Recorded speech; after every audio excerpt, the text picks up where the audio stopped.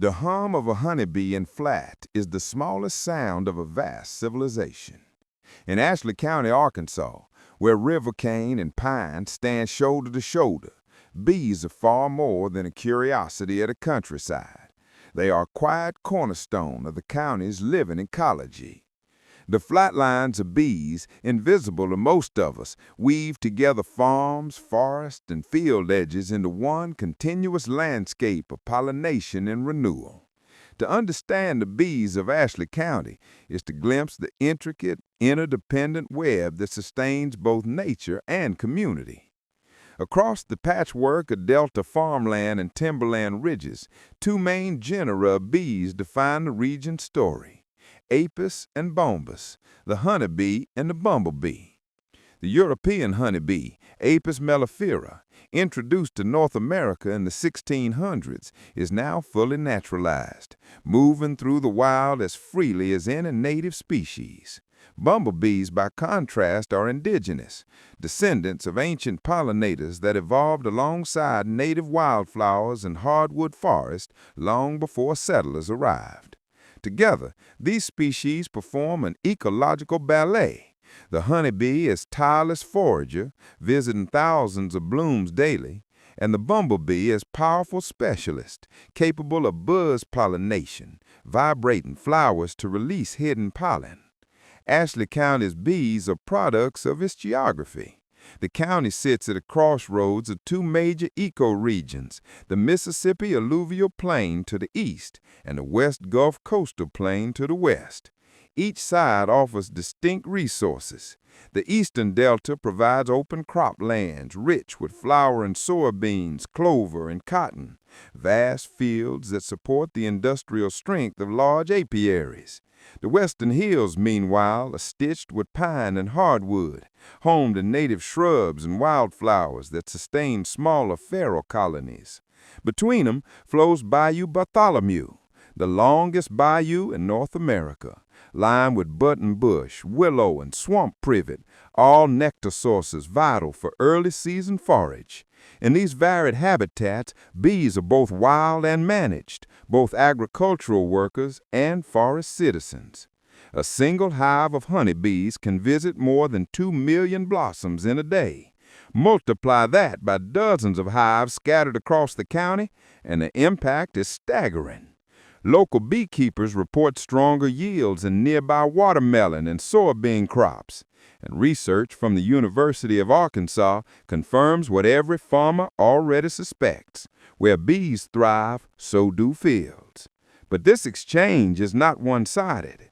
In return for the nectar and pollen gathered from farmland, bees deliver the invisible currency of reproduction: pollination, ensuring that wildflower on creek banks and hedgerows continue to seed, sprout, and bloom.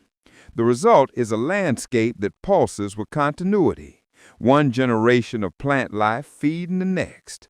Yet this balance is fragile. The same forces that shape human life in the county, pesticide use, land clearing, and erratic weather, press heavily upon the hive. Varroa mites, small parasitic arachnids that feed on developing bees, have devastated colonies across the South. Habitat fragmentation, especially along the smaller tributaries that once provided natural forage corridors, has limited the diversity of native nectar plants. Even routine roadside mowing, when timed poorly, can strip the landscape of clover and wildflowers just as colonies are building strength. The modern beekeeper in Ashley County is therefore part scientist, part farmer, and part guardian, learning to read the rhythms of weather, bloom, and insect life as carefully as an old-time mariner read the tides. Fortunately, the region's ecological diversity offers resilience. Along the Saline and Washita River systems, native bees, carpenter, mason, and sweat bees continue to thrive in cavities, sandy banks, and old timber. Their presence cushions the loss of managed hives, maintaining a baseline of pollination even in lean years. Increasingly, farmers and conservation groups are setting aside pollinator plots of native species, bluestem, goldenrod, and milkweed, that bloom sequentially through the growing season. These patches not only sustain bees, but also attract butterflies and beneficial insects, creating miniature refuges of biodiversity amid the plowed acres. To walk through one of these meadows in midsummer is to enter the true pulse of the county. The air vibrates with motion, hundreds of wings working in harmony. Every blossom becomes an intersection in a vast, unspoken network. It is no coincidence that the structure of the hive, a series of interlocking hexagons, mirrors the pattern of the landscape itself. Fields, woods, and waterways forming a greater living geometry. The bees of Ashley County are not isolated creatures. They are agents of connection. Their labor binding together the visible and the unseen, the human and the wild. In a time when so many forces pull communities apart, the hive stands as a lesson in coherence. Each bee, insignificant alone, contributes to a collective intelligence far greater than the sum of its parts. That same principle applies to the county's stewardship of its land and its future. Whether through a small backyard hive or a large commercial operation, each act of care for these pollinators strengthens the broader ecosystem. Ashley County's bees remind us that survival is a shared enterprise, and that even the smallest worker moving from flower to flower beneath the southern sun is part of something immeasurably larger. Before the sawmills, before the levees, and long before the hum of diesel engines, there was the hum of bees. Humanity's relationship with these small golden creatures reaches back farther than recorded history, an alliance formed not by conquest, but by curiosity. When early humans first reached into a hollow tree and found honey, they discovered not only sweetness, but survival. Across continents and millennia, bees and people have shaped one another's destinies.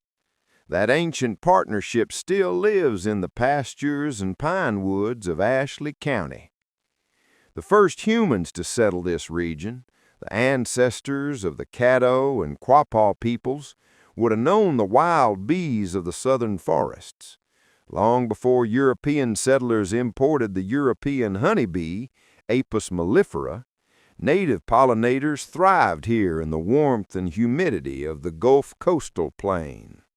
Solitary carpenter bees tunneled into soft timber, sweat bees glistened over riverbank flowers, and bumblebees, resilient and strong, moved in small colonies through the open savannas that once covered what we now call southeast Arkansas. These native species were the first pollinators of the Delta wildflowers, the pawpaw and persimmon, the blackberries and mayhaws, plants that would one day sustain both wildlife and human communities.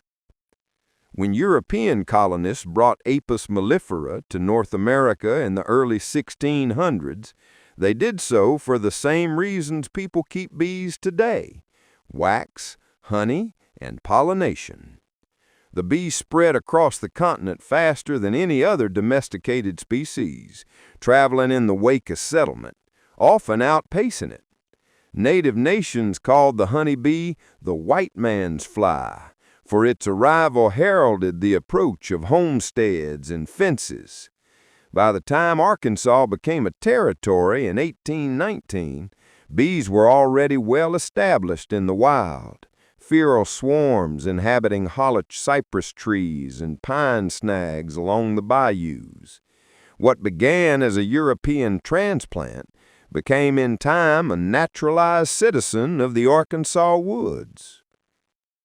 Early settlers in Ashley County practiced what was called bee hunting. A hunter would place a piece of comb or sweet bait on a stump, watch which direction the bees flew, and track them through the forest to their hollow tree hive. These bee trees were prized possessions, both a source of sugar in an era when refined cane was expensive, and a symbol of plenty in a land still being tamed. Families marked bee trees the way others marked livestock. The harvest of a wild hive, though dangerous, was a celebrated event. Smoke from a smoldering rag was used to calm the colony, and the honey was cut from the comb and stored in clay crocks. Wax was rendered for candles, sealing jars, and polishing wooden tools. Every drop was used. As agriculture spread through the delta, bees followed the plow. Cotton blossoms, clover, and later soybeans provided abundant forage, and the beehive became as familiar a sight as the mule team. By the late 1800s, wooden box hives, predecessors of today's movable frame Langstroth hive, were appearing on farms across the county. The beekeeper, or bee-man, was a respected figure, equal parts craftsman and natural philosopher. To tend bees successfully required observation, patience, and a sense of the seasons. Old beekeepers watched the sky, the bloom, and the flight of the workers, reading signs invisible to most. They knew that a change in the scent of the hive might foretell a swarm, or that a queenless colony would grow restless and loud. Theirs was a science of listening. Even as modern science has deepened our understanding of bee biology, the essence of that ancient partnership has not changed. The hive still depends on human stewardship, and humanity still depends on the hive's labor.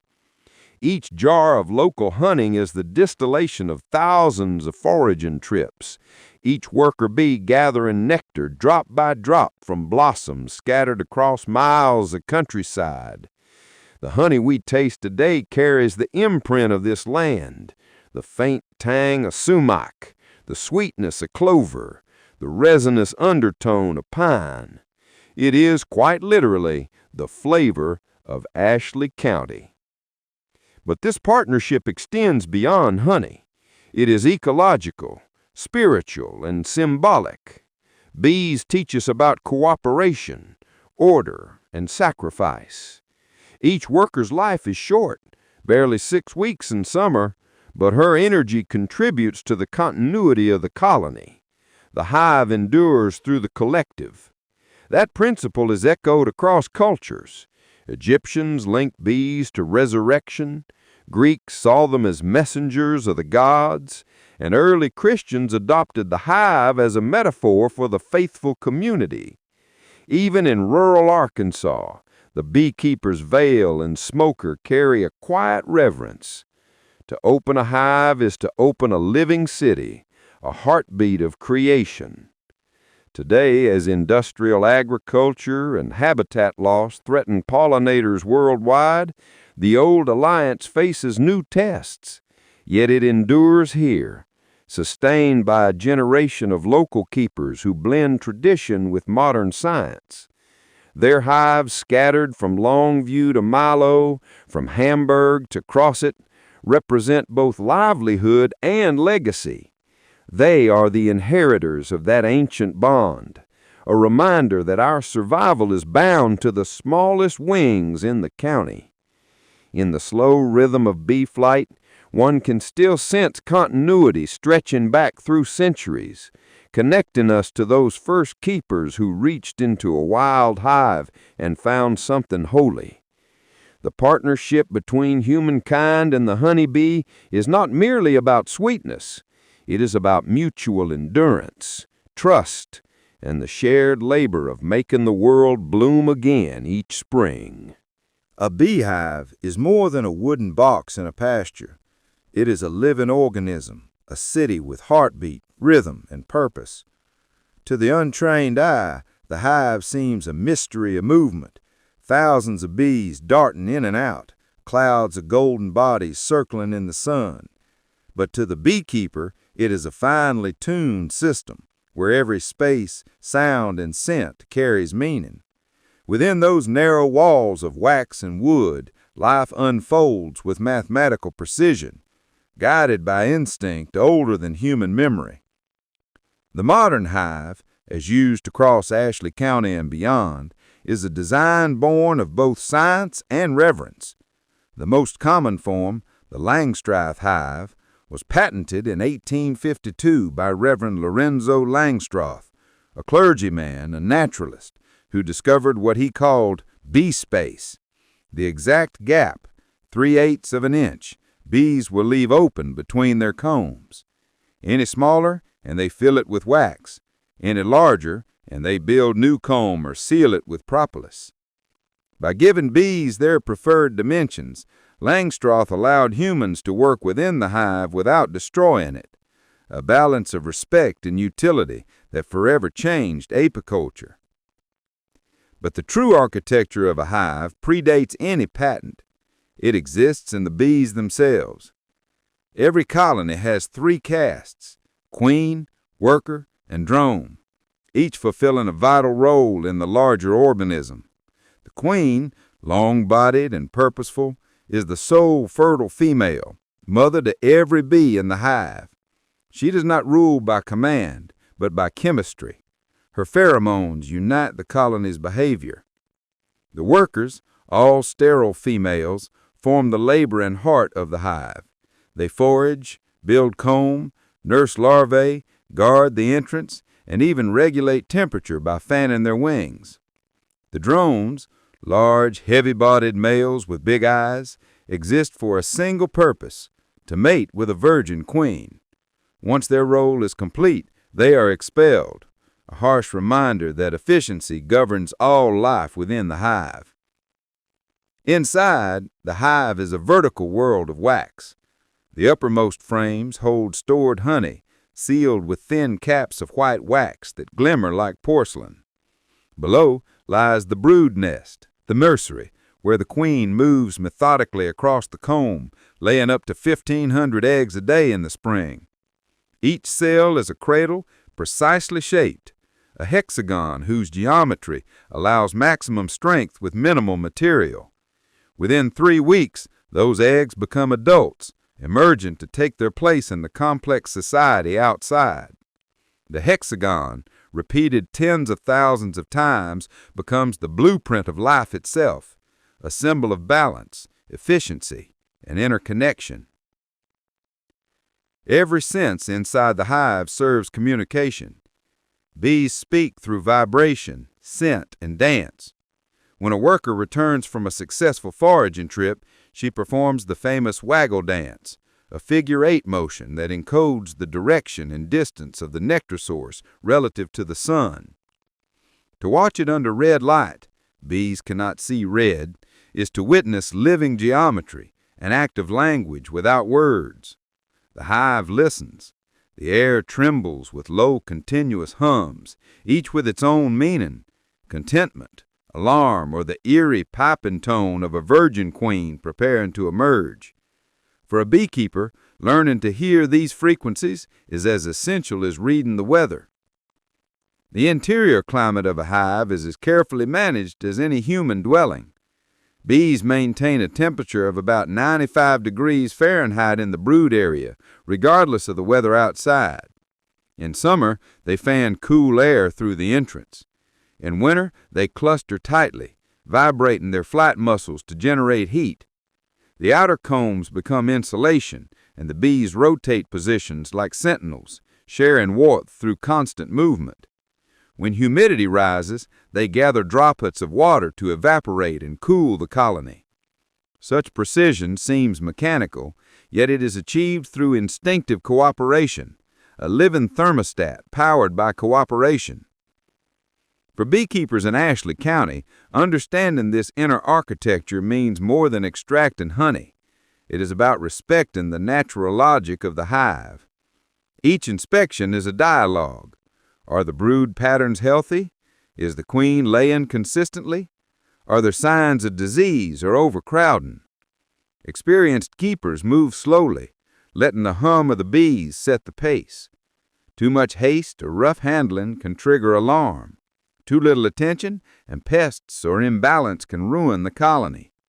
To open a hive properly is to practice patience, humility, and mindfulness, an act closer to meditation than labor. The physical hive boxes themselves reflect this communion between art and engineering. The roughed umber-brown wood absorbs the summer heat, while the cobalt blue sky above vibrates with bee flight. Bees seal every seam with propolis, which acts as both glue and antiseptic. The interior smells of wax, honey, and resin, an earthy sweetness that never fades. In that scent lies the essence of the partnership between bees and humankind, a world made orderly through shared work. Ultimately, the anatomy of the hive mirrors the anatomy of community. It teaches balance between freedom and structure, individuality and purpose. The honeybee, a creature that will die if isolated, thrives only in connection. In the same way, the land of Ashley County flourishes when its people, farms, and forests work in harmony. The hive is not merely an insect's home.